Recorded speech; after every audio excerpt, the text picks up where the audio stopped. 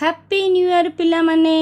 ଏହି ନୂତନ ବର୍ଷ ତୁମମାନଙ୍କର ସୁଖ ସମୃଦ୍ଧି ଏବଂ ଶିକ୍ଷାର ଅଭିବୃଦ୍ଧି ପାଇଁ ଠାକୁରଙ୍କଠାରେ ମୋର ପ୍ରାର୍ଥନା। ମୁଁ ଯମୁନାରାଣୀ ନାୟକ ସରକାରୀ ଉଚ୍ଚ ପ୍ରାଥମିକ ବିଦ୍ୟାଳୟ ଗୋପ ବ୍ରହ୍ମଗିରିରୁ ପୁରୀ ଶିକ୍ଷା ସଂଯୋଗ କାର୍ଯ୍ୟକ୍ରମକୁ ସ୍ୱାଗତ ଜଣାଉଛି। ଆଜି ତୁମ ପ୍ରିୟ ବିଷୟ ଭୂଗୋଳ ପ୍ରଥମ ଅଧ୍ୟାୟର ପ୍ରଥମ ପାଠ ଆମ ପରିବେଶ ପଢ଼ିବା।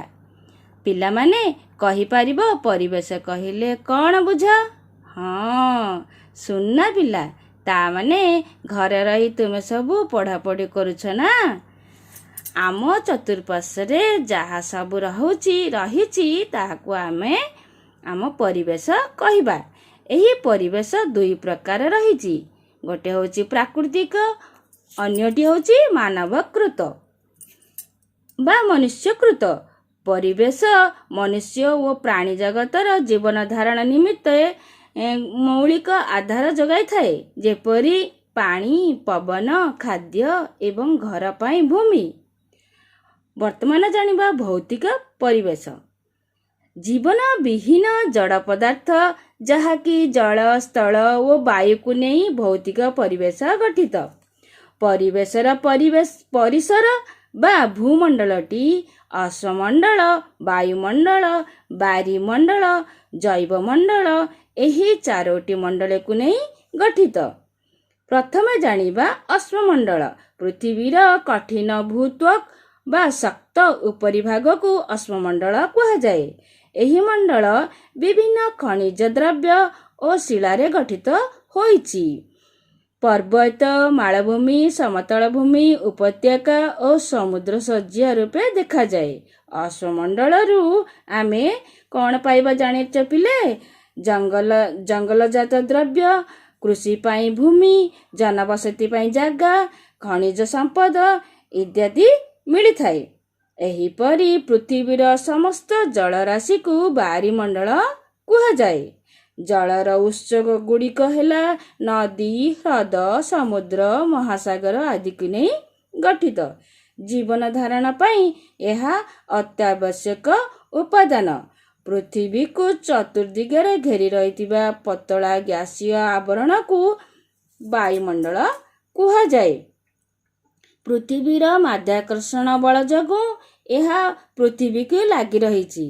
ଏହା ସୂର୍ଯ୍ୟଙ୍କ ଠାରୁ ଆସୁଥିବା କ୍ଷତିକାରକ ରଶ୍ମି ତଥା ଅତ୍ୟଧିକ ଉତ୍ତାପରୁ ଆମକୁ ରକ୍ଷା କରେ। ବିଭିନ୍ନ ଗ୍ୟାସ, ଧୂଳିକଣା ଓ ଜଳୀୟ ବାଷ୍ପକୁ ନେଇ ବାୟୁମଣ୍ଡଳ ଗଠିତ। ପରିଶେଷରେ ଜୈବମଣ୍ଡଳ ବିଷୟରେ ଜାଣିବା। ମୁଖ୍ୟ ଦୁଇଟି ଅଂଶ ଯଥା ପ୍ରାଣୀ ଓ ଉଦ୍ଭିଦକୁ ନେଇ ଜୈବମଣ୍ଡଳ ଗଠିତ। ଏହା ଅଶ୍ମମଣ୍ଡଳ, ବାୟୁମଣ୍ଡଳ ଓ ବାରିମଣ୍ଡଳ ଅନ୍ତର୍ଗତ ପାରସ୍ପରିକ ସମ୍ବନ୍ଧ ଥିବା ତଥା ଜୀବନ ଧାରଣ ପାଇଁ ଆବଶ୍ୟକ ଉପାଦାନ ଥିବା ପତଳା ସ୍ତରକୁ ବୁଝାଏ। ବର୍ତ୍ତମାନ ଆମେ ଜାଣିବା ପରିସଂସ୍ଥା। ପିଲାମାନେ, ତୁମେମାନେ ଜାଣିଛ ପରିସଂସ୍ଥା କହିଲେ କ'ଣ? ଆଚ୍ଛା, ତୁମମାନଙ୍କୁ ଉଦାହରଣ ମାଧ୍ୟମରେ ବୁଝାଇ ଦେଉଛି। ଆମ ଥର୍ ବନଭୂମିକୁ ଚାଲ ଦେଖିବା। ଚାରିଆଡ଼େ ଖାଲି ବାଲି ଓ ଛୋଟ ଛୋଟ କଣ୍ଟାବୁଦା ଦେଖାଯାଏ। ସେଠାରେ ବୃଷ୍ଟିପାତ ଅତି କମ୍ ହୁଏ। ମରୁଭୂମିର ଜାହାଜ କିଏ? ଆରେ ବାଃ, ଓଟ ନା?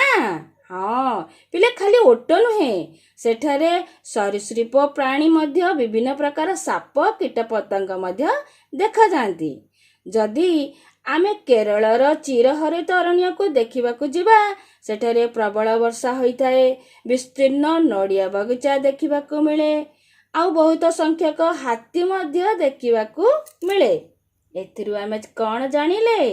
ଅଞ୍ଚଳରୁ ଅଞ୍ଚଳକୁ ବୃକ୍ଷଲତା ଓ ପ୍ରାଣୀ ତଥା ଲୋକଙ୍କର ଚାଲିଚଳନର ପାର୍ଥକ୍ୟ ରହିଛି। ଏହି ଅଞ୍ଚଳ ସହ ସେହି ଅଞ୍ଚଳର ବୃକ୍ଷଲତା, ପ୍ରାଣୀ ବଞ୍ଚିବା ପାଇଁ ପରସ୍ପର ନିର୍ଭର କରିଥାନ୍ତି। ଆଚ୍ଛା, ବର୍ତ୍ତମାନ ପରିସଂସ୍ଥା କହିଲେ ଏକ ନିର୍ଦ୍ଦିଷ୍ଟ ପରିବେଶର ସମସ୍ତ ପ୍ରାଣୀ, ଉଦ୍ଭିଦ ଓ ମନୁଷ୍ୟଙ୍କର ପରସ୍ପର ସହିତ ତଥା ସେମାନଙ୍କ ପରିବେଶ ସହିତ ଗଢ଼ି ଉଠିଥିବା ନିବିଡ଼ ସମ୍ପର୍କ ତଥା ନିର୍ଭରଶୀଳତାକୁ ପରିସଂସ୍ଥା ସୃଷ୍ଟି ହୋଇଥାଏ। ଏ ସମସ୍ତେ ପରିବେଶର ଶକ୍ତି ଓ ଦ୍ରବ୍ୟର ଆଦାନ ପ୍ରଦାନ ଦ୍ୱାରା ସମ୍ପର୍କିତ ଥାନ୍ତି। ଆଚ୍ଛା ପିଲାମାନେ, ଆଜି ପାଇଁ ଏତିକି। ତୁମ ପାଇଁ ଗୃହକର୍ମ ତୁମ ପ୍ରଶ୍ନାବଳୀରୁ ପ୍ରଥମ ପ୍ରଶ୍ନର କ ଠାରୁ ଚ ପର୍ଯ୍ୟନ୍ତ ଉତ୍ତର ସବୁ ସୁନା ପିଲାମାନେ ଲେଖି ପଠାଇବ। ଧନ୍ୟବାଦ।